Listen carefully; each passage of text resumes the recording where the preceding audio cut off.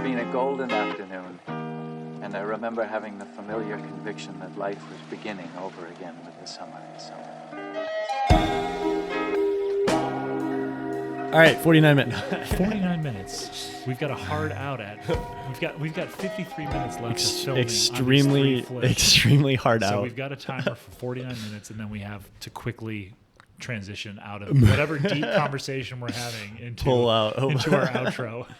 So the thing that we were talking about that I think we want to go into is naming work, and this is something that we've been circling this for a little bit. We have, yeah. And it was something I never even thought about until a conversation with you. I think you've kind of developed some opinions on it. So let's strong opinions. Yeah, some strong. So I'll just give you the.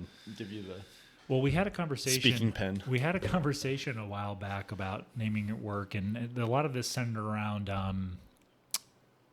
I feel like it started with me observing on your Instagram that you would post, and you would just post 1, 2, maybe 3 at the most hashtags.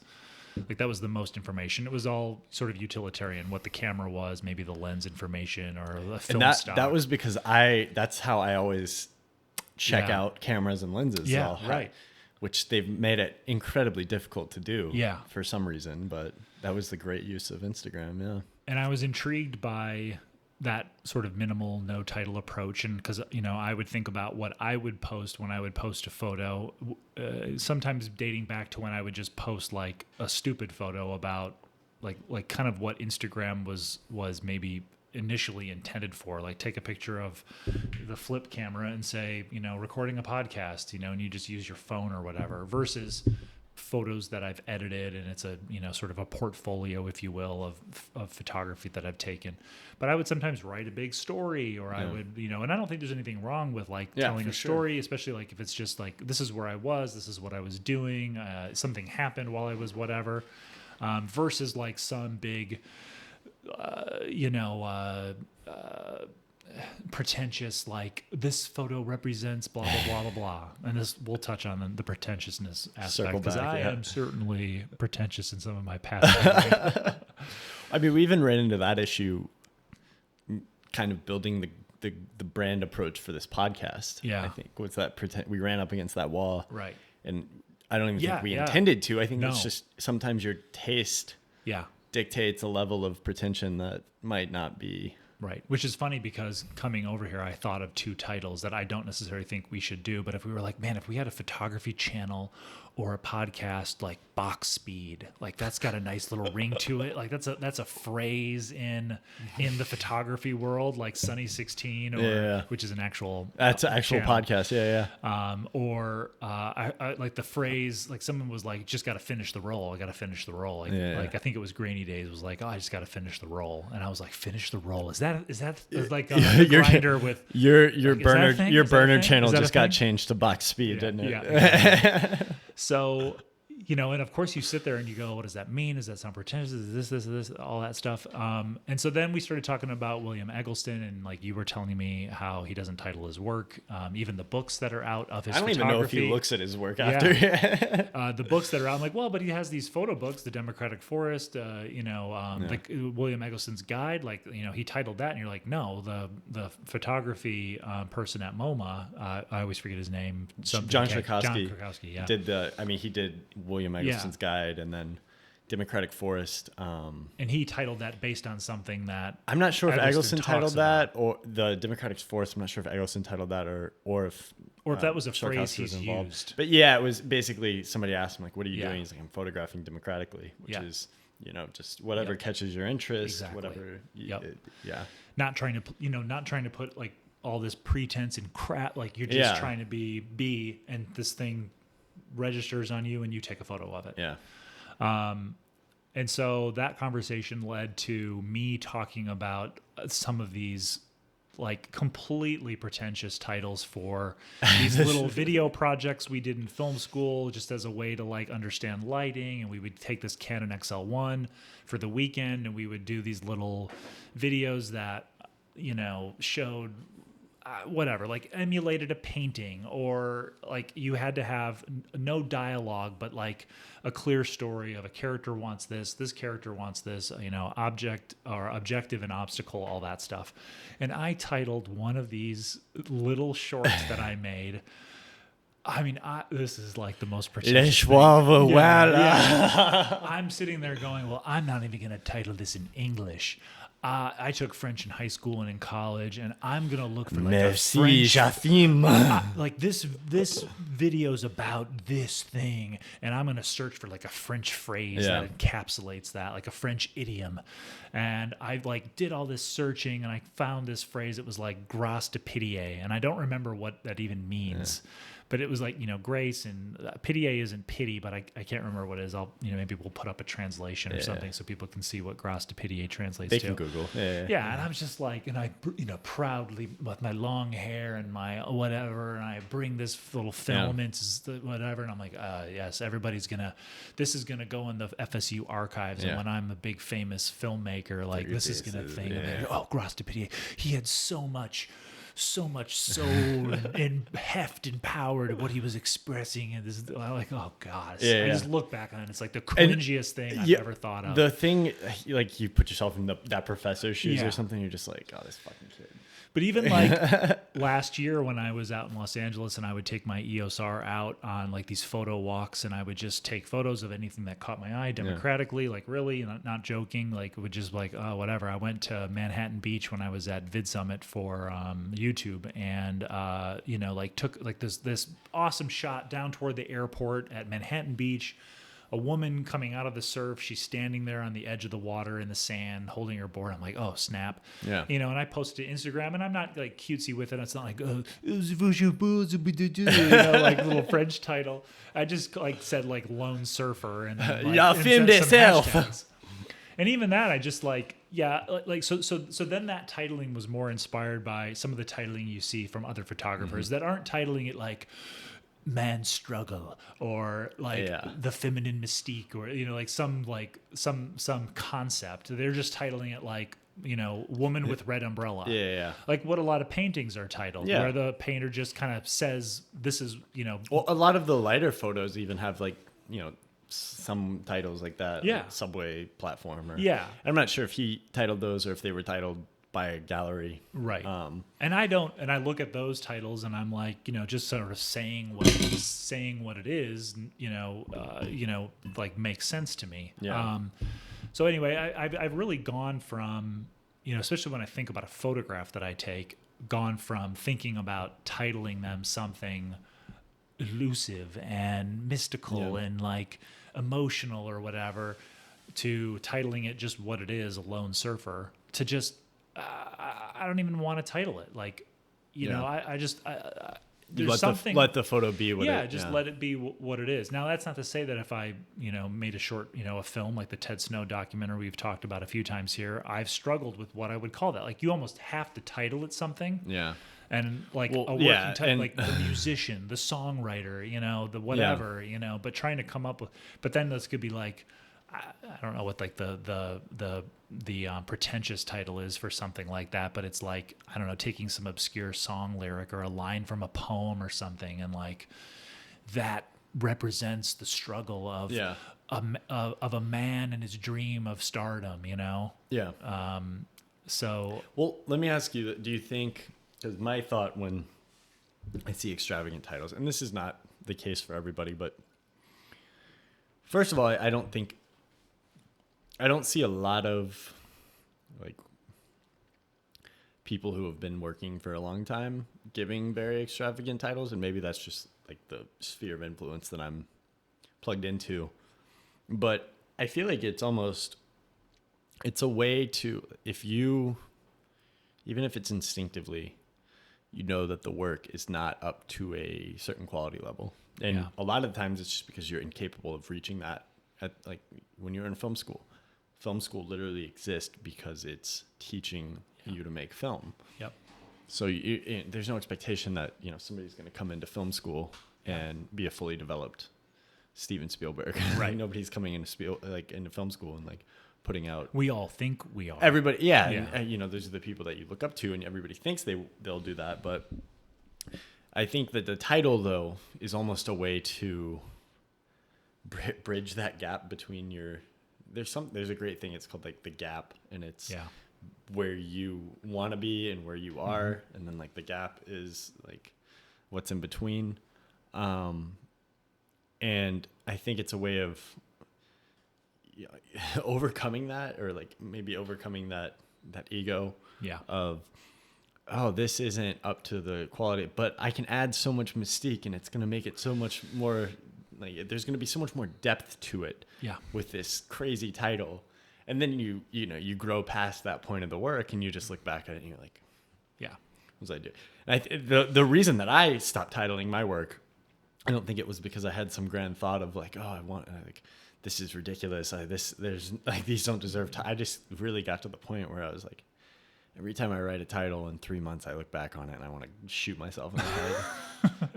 and then I just, it was as simple as, I don't want to look back on work from 3 months ago. I want to shoot myself in the head. And then, you start developing a working theory. And as time went on, I started to develop more of a working theory of, I don't really agree with, especially my words, somebody else's words, somebody else's interpretation, that interests me and how they're interpreting the work that I create. Right.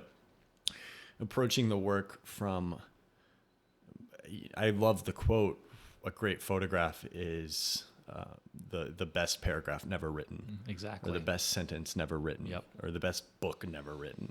You can go as deep or as shallow as you want, but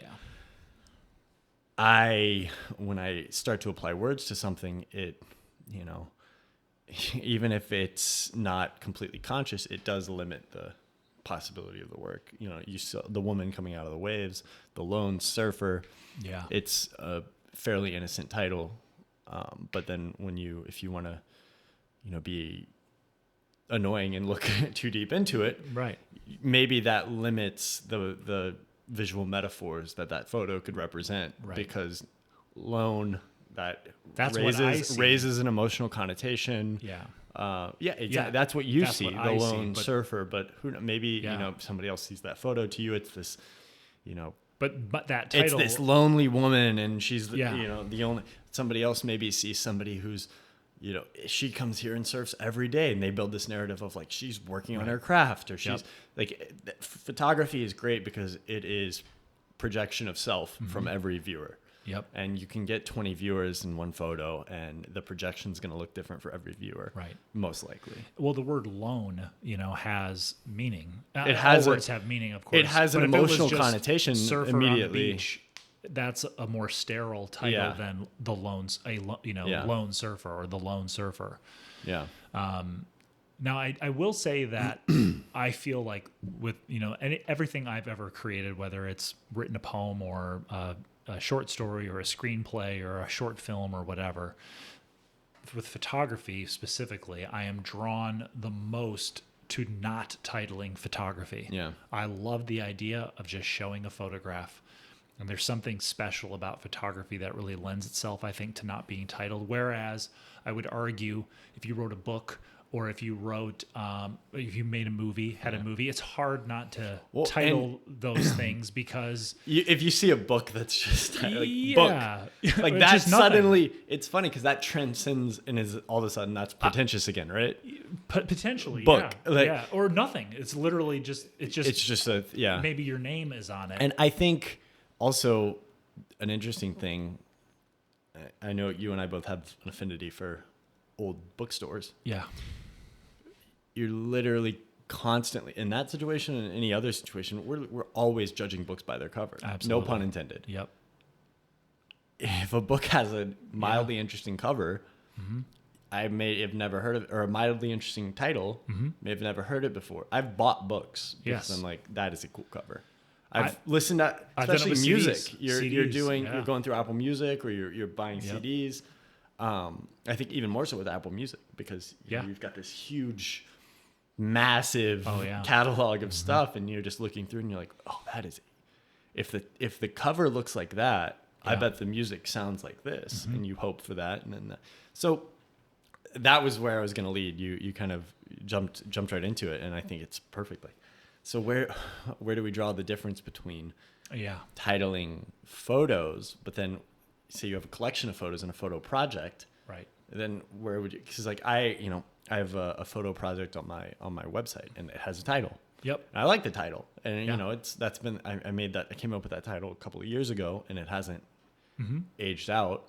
So I think I nailed it. Like, Yeah. in terms of, I don't want to like shoot myself every time I see it, but like, where do we, how do you do that? Because I know. Eggleston has all the photos, and then he's got the Democratic Right. Forest. Maybe that's a bad example, but like, Yeah. Meyerowitz, Cape Light.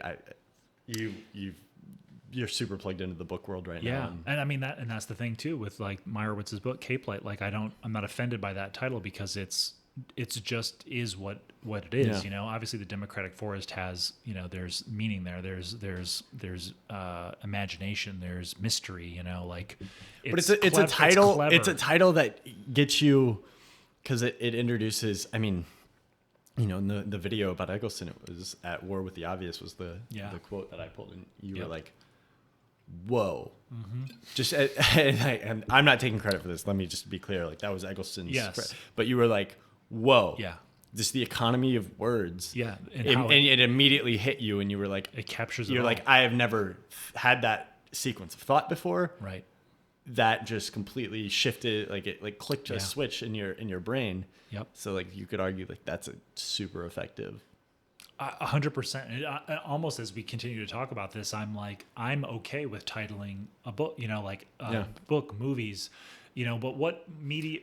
I think of like the Paper Moon title. Yeah. There's like Orson Welles Bogdanovich story. Bogdanovich, he's like, Paper Moon, and Orson Welles is like, oh my God, that title's That's so good, you don't amazing. need to make the movie. Yeah. Right. But no, you that's a good title. Yeah. You're like, oh man, that's a fantastic title. I honestly look back at some of the spec screenplays that I love, and I think sometimes I still believe that they have legs to be made into a movie because I love the title so much. Yeah. I have one script that's called Pencil Neck, and I just love that title because it comes out of a truthful moment. I wrote that script because of something that happened to me as a young man that it wasn't traumatic, but it was very memorable moment in my life. I think that's a good title though. You hear that, you're like, oh, I'm interested. Right. Let's learn Yeah. more. Yeah. I have another script that I called Bloom, and I love that title for that story. And then I have another like kind of hard-boiled cop drama that's like Dirty Harry meets Goodfellas, and it's a little pretentious, but there's something about it. It's called. I love like the Charlie Call. It's I know. Dirty Harry meets Right. Here's my Goodfellas. pitch. I mean, Right, I'm taking over this podcast. I'm going to pitch you guys all my failed screenplays. But the title of that one's called They Go to Glory. yeah. And there's a rhythm to it. I like that one less, but it's not bad. Right. Not bad. It's not as simple. It's a little bit more complicated. It's whatever. And it's not like a phrase that we've heard, but it like kind of sounds like I kind of know what that means. Anyway, that's one of my favorite scripts that I've written. But I think of those titles and I'm like, man, I see the movie poster, all of that stuff. Well, but then I look at my photos and I'm like, I do not want to title them. Yeah. Like I just look at them and it's interesting, and I want to break that down more, like why that's different, because it is. I think photos are in a great photo project. It's a collection of work that talks to each other, it works together, it speaks and creates new, visual connections and new connections and ways of thinking about things. That's what a great photo project does, much like a great film. And when you're making a film, you're not going in and titling each frame. Right. It's working together though. You're not titling each scene. And there's If you're Quentin, you might examples. title each act. Exactly. chapter, There's each examples where like chat. And so as I'm saying this, I'm like, where is the line drawn? Is it did we just pick some arbitrary line and we're like, this is because it feels like this is right. It feels like we're saying something that probably is true. I feel like you don't want to title individual photos, and this isn't this doesn't go for everything. In some situations, it might be worth it to title the photo if that I fits wonder- into the whole of the project. I wonder if it's the difference of sort of the nature of that thing's origin. So a movie, a book, a poem, they're all like sort of premeditated, right? They're crafted. You have a question, a struggle, a character that you see, a world that a character portrait, a world you want to explore. Two sides of an argument coming together, and you're not taking sides. You're just, sort of letting it play out, whatever it is in the piece of work that you're creating. And there's no doubt photographs that are premeditated, someone gets, a subject, they light them, or they create a scene, Gregory Crewdson, right? Yeah. If I'm saying it right, like his photos are about as crafted as they get. And they're, they're very cinematic. Yeah. Well, and then, it's with interesting. street photography and some more of the stuff that we do, I feel like I'm like just out there waiting for something to happen that clicks, pun intended, and I take a photograph and I'm capturing something that really happened, and I don't know that it's appropriate, at least for me, to title whatever that thing was. I know what it meant to me. I know what it felt like, but I'm not coming into it going, but then like with Cape Light, right? Like he moved out there, I'm sure was just completely blown away by the imagery that he saw out there, especially having lived in the city for so long, and something compelled him to go out and craft these photographs, based on sunrise and the beach and houses and all that stuff. And Cape Light was that was the through line, the spine of the work. And I mean, Aftermath Yeah. is World Trade Center book. Yeah. Yes, very That was the word. Aftermath. That's what it is. Yeah. And it's interesting because I almost think, I had the thought while you were saying that, like it's, and I mean this in the least pretentious way possible, but it's poetry versus documentation. Yeah. If you're documenting, you need a title. If you're taking a portrait of a relevant social figure, like a celebrity, and your intention is not to create some kind of, archetype, visual archetype for a way of being. Right. But instead to document this person, you need a title. Yeah. But if I just go take a portrait on the street, now there might be the case that I want to document this person. Right. But there is the alternative use case where it's like, I just want to, this person has a vibe about them, has a demeanor, has something that's translating visually that I want to capture. Yeah. And then, I can't necessarily reach down on myself and examine what that is and put that into some kind of verbal, syntax, or attribute some kind of a meaning to it. And if I try to do that, then I'm limiting it. So it's like, maybe it is that documentation versus you said the word poetry and it got me just stuck on that. Yep. I don't know if it's poetry, but because I could see writing a poem and not having a title like yeah. that. But then if you had a collection of poems that had Then you would, kind of a through line to and them, I mean, or Walt, some connective tissue. Walt Whitman has, plenty of poetry that has no titles. no title. It's just lines of, And now I think of some of my recent work, like when I first got the Leica X1, I went down to, Jean Leahy Mall downtown, and I really found myself, after I looked at all the photographs, that I was taking photos of people that had sort of isolated themselves. They were sitting on a rock and on their phone. They were by themselves. And they you could tell, Matt really likes lone figures. I'm drawn to lone figures and lone objects. Yeah, absolutely. Out in nature. And I think that's like but man-made objects. We need to definitely talk about that, because that's that Joel Meyerowitz idea of, you just take a bunch of photos and then you start to examine the patterns, and that shows you what your interest is. Well, and I think too, I could see myself, if I found that over the course of a couple of years, I was taking photographs of different people that were alone, but together, if you will. Yeah. I could see pulling those photographs into a collection or a project and then titling it because I know what word or words bubble up to to represent whatever the spine of those photographs are. And now I didn't necessarily set out, I'm going to go down to Jean Leahy Mall in downtown Omaha and I'm going to look for people who are by themselves. Yeah. For whatever reason, when you I were just see drawn them, to it. It makes me click. And so I could see, looking like having 25 photos in a gallery or a book or whatever and titling it Lone or Alone or Alone Together or something, or getting some weird French phrase about being alone because I want to feed my ego. My insecurity is I know I can be an artist, and if I title these pretentious enough, people will think I am an artist. And that's me making fun of, I don't know, whatever it was in me back then that was driven by the idea of being perceived of as an artist instead of just being an artist. And I mean, that even that term artist like gives me the heebie-jeebies. I know, and it's like, but it's, we want to be relevant. We want our work to be relevant. I think everybody who creates, not everybody, there's definitely people who don't, but there a lot of people that create work want to do something. Yeah.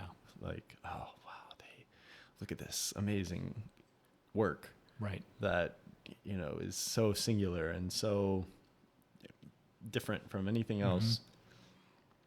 And I think it's a similar, titling is almost like when you accessorize, you wear a flashy watch or crazy chain with or what that's it. I think it's a similar intuition almost. It's a similar guiding. It's, I don't know. Do you think, because you said right there, you talked about, you could see doing a collection of photos and reaching back and doing the French title. Do you see, what's your relationship with titles right now? Because personally, I don't think I'll ever title a photograph again. I don't think I'll ever title an individual photograph ever and again. Even projects, I've got so many. Whenever I write something, I always just do, and I'm literally at the point where it's like, title TBD 24, title TBD 25, and it's not because I'm trying to be like, oh, this, I'm so bad at it. I don't want to put something on because you go for the names or like the really simple description or whatever, and you're like, this is perfect. And, and I've done both. I have gone into, going back to screenwriting, I've gone into a screenplay. This is the title because I know what this thing is about. This is and others where I'm like, I know what I'm going to write. I know what the characters are. I know what their objective is. I know what the rules are of whatever the thing is, the concept, whatever. And sometimes I'm like, I don't know what the title is. I'll have some working titles, maybe just in a notebook. And then sometimes after I've written a rough draft or a couple drafts, I would come back and sort of reverse engineer the title based on what I was seeing in the work. Yeah.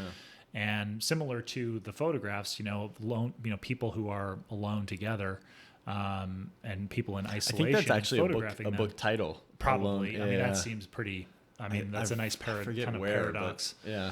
But it's like alone, together. Yeah. Right.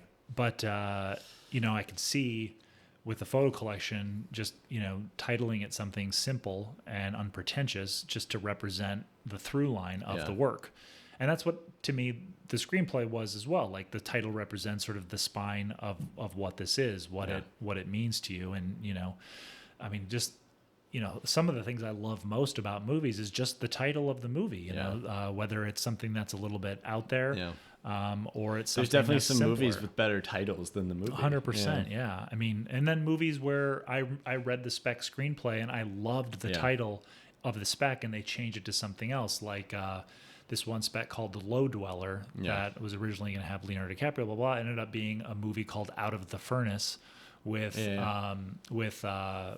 Christian Bale, and even if Out of the Furnace is a nice kind of catchy title, it's a phrase that we've heard before, out of the furnace and into the fire. Is that what that is? You know, it feels like a little bit like some producers went, "What about Out of the Furnace?" Yeah, Oh, I like that. That tests well. That's good. You know, That's good. We A/B Yeah. tested this after the test screenings, and the people really responded to this one. Well, let's just let the audience title our stuff. Yeah. So Which happens. sure, More. yeah, Yeah. yeah. So. You know, I Raging Bull keeps popping into my It, head. me too. Yeah. I'm like, that's a great yeah, title. And then such you a go great through, it's title. just like, he's the king of like Yeah. the Irishman, Taxi Yeah. Driver. You know, so yeah, so you think about all that kind of stuff, and there's some that are just really special and they work, and there's others that maybe are. Is Raging Bull the title of the story that it's based on? I don't know The source material. Yeah, I mean, because I don't know. I don't know if it's directly based on an autobiography or if LaMotta was just involved with the. And a lot of times the movie title is better than the source material title. Yeah. Like, What would that would be? I guess Schrader's titles, right? Well, like I mean, the Irishman wouldn't, but I remember like do American Gigolo, great American title, Gigolo. great title. There's like a sci-fi book like Do Sheep Dream About Electric? Yeah, whatever. do androids dream of Dream electric of sheep, and yeah. it became Blade Runner. Blade Runner. Yeah, and like Blade Runner's Yeah. hard to argue as a pretty awesome title for a movie like that. Yeah. But when it goes to your photography, I like that you named your projects. It sort of grounds me, and it gives me a place to start from without you telling me how to think or feel. It gives me an orientation.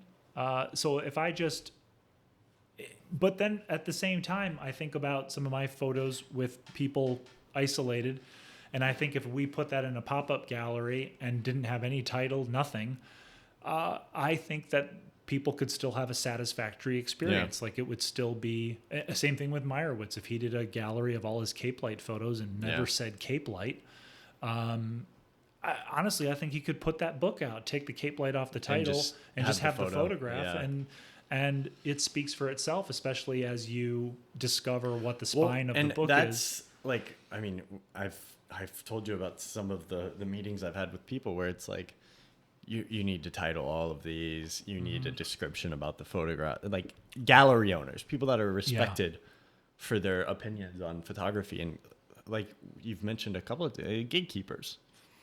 And you need and I'm like, are we removing all of the?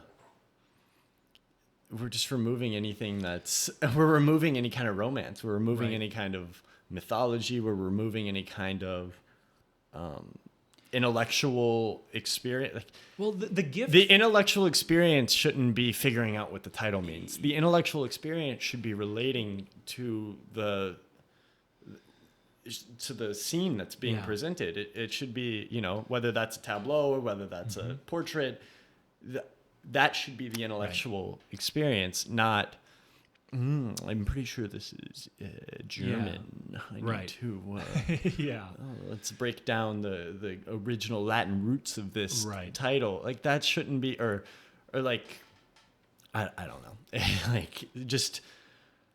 I think about like The Shining and some of the work that has come analyzing all the imagery in that film and all that. I love that. Yeah. I love that people are trying to read into, the Native American symbolism on some of the food products in the thing and how that relates to, the greater elements of the story where the hotel's built on a Native American burial ground. Like, I love people trying to figure it out and find meaning and doing all that stuff.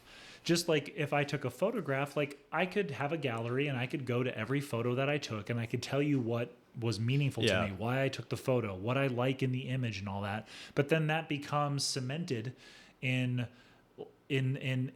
what the photo is and in like the history of that photograph. And so when other people come to it and find their own meaning, but then maybe they look up what I said about it in a YouTube video where we talked about the work in my gallery, and then all of a sudden what I said about it overpowers what they thought about it.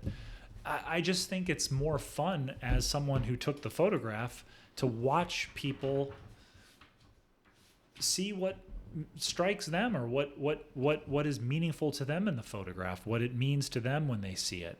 Absolutely. I mean, that reminded me of... Well, you showed me a photograph of yours. that I went, oh, look at the imagery of this or whatever. And you're like, I never even saw that. Never. I never even thought of that. Yeah. And I'm like, I thought that's why you took the picture. Yeah. Yeah. Well, and sometimes I fall into that where like, but I think that's what's great is everybody can examine.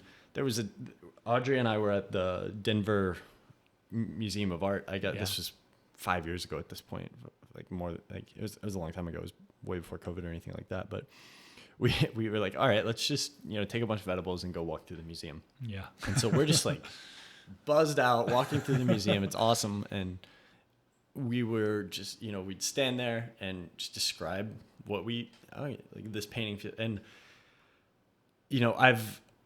I've been to a lot of museums. I've seen a lot of art. I've had the opportunity to see a lot of great art around the world and things like that. But like that experience stands out in my mind so much because we would look at this art and we'd give what we mean. And you spend 5 minutes in here. It's just the best time ever. You're like, oh, represents this and it represents this.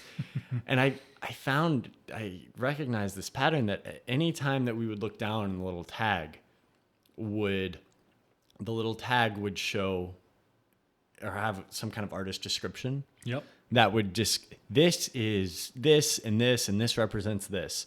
I would go, oh. Yep. And there was just this feeling of just immense dissatisfaction of like, because suddenly it's put this stupid construct of you're wrong, this is right. Yep. Or you nailed it. Yep. Suddenly it's like this reward mechanism that, you're supposed to be just experiencing a piece of work. And suddenly there's this reward mechanism in place of like good or bad. And it's like, that's disgusting. And that's taking away from the quality. But then when you see something and it was like, there's no description. Yep. You're just like this, So I was looking for a picture I took of a painting at the Art Institute in Chicago. And I'm terrible at remembering like who the artist was. Yeah. And that is like, every time I go there, I go look at that painting and I just love it. Yeah. And I think to myself, even before we had this conversation, I think to myself, I don't want to know why they painted this, what this meant to the artist, what's it based on? Did they actually see this? Did they make it up? Like, I don't want to know anything because I disappear into this painting every time I just want to experience I just want to feel my feelings and come up with my own stuff about it. Absolutely. I don't want the answer. Absolutely. And I think you just nailed the core of it. Yeah. We are, in recent years, we've kind of, I think, pendulum swings one way, pendulum swings back. Mm-hmm. I don't think this will be forever, but I pray that it won't be forever. But we've built this expectation of things need to be tough, but not quite tough. Like, right. It can't be this ephemeral, unexplainable thing. We've got to be able to get there. Yep. You gotta be like, oh, I'm gonna sit with it, but then I'm gonna figure it out. And I don't think that's good because that's limiting in and of itself. Yeah. When you approach anything with that. So you got to be able to explain it. Like, what's the explanation? So that conversation, like the best things just don't have an explanation. That's the conversation I would have with producers on this script Bloom I referenced. Yeah. This young man has Matt pitches his screenplay. No, I'm just kidding. Yeah, this young man has a very dark, like sort of supernatural ability, and it manifested in different ways, sort of unpredictable ways. Yeah. And the note I would always get, and this is a big note in like Hollywood, when you write something that is like not grounded in reality, especially in the horror genre. Well, what are the rules of it? Yeah. They constantly wanted the rules. What are the rules? And I would just point out, these awesome movies have this thing that happens to people or whatever, but there are no rules. Yeah. And they would cite other movies. Well, Final Destination or The Ring. And I'm like, The Ring is like kind of has rules, but it also doesn't. There's some weird shit that happens that you like doesn't really fit into a box. I'm like, you're just saying this because like you've heard this note Or people have talked about how the solution to making a good horror movie is to have very clear defined rules of Right. whatever the gimmick is. Right. And I'm like, That's the formula. That's the trap. That's all bullshit. And yes, some movies have done well with having like these 3 rules. If you do this, then this, and do this, then this, whatever. And it's a nice tagline: before you die, you see the ring, you know, all this shit. And I just really quick, because I could see this being mistake. I don't think what we're talking about is just, you know, that what are we like creating a tone poem that doesn't have any kind of that's not what we're talking about. No. But we're just talking about leaving things open for, it's not necessarily ambiguity, but it's just realizing that everything has, you know, it can have the intended you know, outcome, it can have the intended structure, but then there's always room for more. Right. You know, when you're directing a scene and the actor does something you didn't expect, do you say, "Oh no, we have to redo it. You did this thing." Yeah. No, like that. You know, he cries when it's supposed to be this brilliant. You know, whatever. Okay, that's awesome. That just completely takes this to a complete different level. And I think that's what we're talking about. Yeah, titles. You know, the title that serves the work, that enhances the magnetism of the story, the mystery of it. Yeah. You know, it's when they're right, they're right. Yeah, I think that's the unfortunate thing, right? Yeah, that's the explanation nobody wants. Yeah, but it's just like it's just like a gut thing. You just know it. I thought a fun exercise might be right like, here. If we had to, great title. We don't even call it that. We just call it PDL by PTA. PDL by PTA. What if we try to name this podcast episode? I know. Like, Right, I figure that might be fun. Just take we'll take like 2 minutes, just sling some back and forth, because I think it's interesting when we. I think we should call it Alone Together. Alone, comma together. We're together, Alex and I. But different we're very much alone. We're actually in different rooms right now. We just matched. We've seen matched. We're not literally alone, Alex. We're metaphorically, figuratively alone. We're just together. Starring Jack. That's the name of the whole podcast. Yeah. Alone together. Like, what's this about? And that's, I mean, so that's Screw just the studio thing. sessions. We were talking about, naming the podcast, and we so defaulted back to studio sessions. I think a good name is typically a pretty minimal thing, but Yeah. you can't be so minimal that you're like, yeah. But if you're trying to be ironic with your minimalism, Yeah. it's not, okay, it misses. But we're going for a little bit more along the lines of literal versus figurative or something, you know. It's just, we call this room the studio. Yeah, the studio. And we always, like in our conversations, like therapy sessions. So it's like, not like it was some brilliant, like, Yeah, it's like coffee talk. Yeah, like coffee from talk. SNL Exactly. back in the day, you know? Yeah, we're having coffee and we're talking. And we're talking. Yeah, we're in the studio and we're... I like, I don't know why, but I thought of like comedians in cars getting coffee. Yeah. It's like comedians, like, you know exactly cars, what you're going to get. Comedians, cars, they're probably going to get coffee. And when whoever, if Seinfeld came up with that or somebody else did, you went, yep, that's the title. That's it. That's the title. And so I'm like, I think part of me, like the old ego me, like wants our podcast to be something a little bit more poetic and mysterious. Yeah. But I think that's just bullshit. I think like my secret recipe to titling things, and this is patented, by the way, so nobody knows. Nobody. He's going to have a Twitter thread later. It'll be a 10-part thread, so make sure you like and follow. I always look at course available at ebook will be available. I always try to like put myself in my shoes 10 years from now, looking back and be like, am I going to think that's corny and like piece of shit, or am I going to not? Right. And am I going to cringe? Yeah. Like, am I going to cringe or am I not? And we came up with even coming up with the cover, right? Yeah. We're throwing ideas back and forth. I'm like, oh, I love this. Like, and it did look really cool. It did. But it's like, you were like, it's a little, and see, I'm caught up in like, I'm not looking for pretentiousness at that point. And like, that raises another question of like, is it pretentious if it's subconscious? Like, where do you draw that line? Yeah. You know? Because I think you can't just think anything that you think is cool, but it's not directly right. And you can't just throw that out, right? And so these were conversations I remember having in theater school, grad school, because people would make design choices that I wouldn't understand how it was connected to what we were making. Yeah. And so I would always ask this question, and I started to ask myself this, and this is what helped make me not title things obscure French phrases.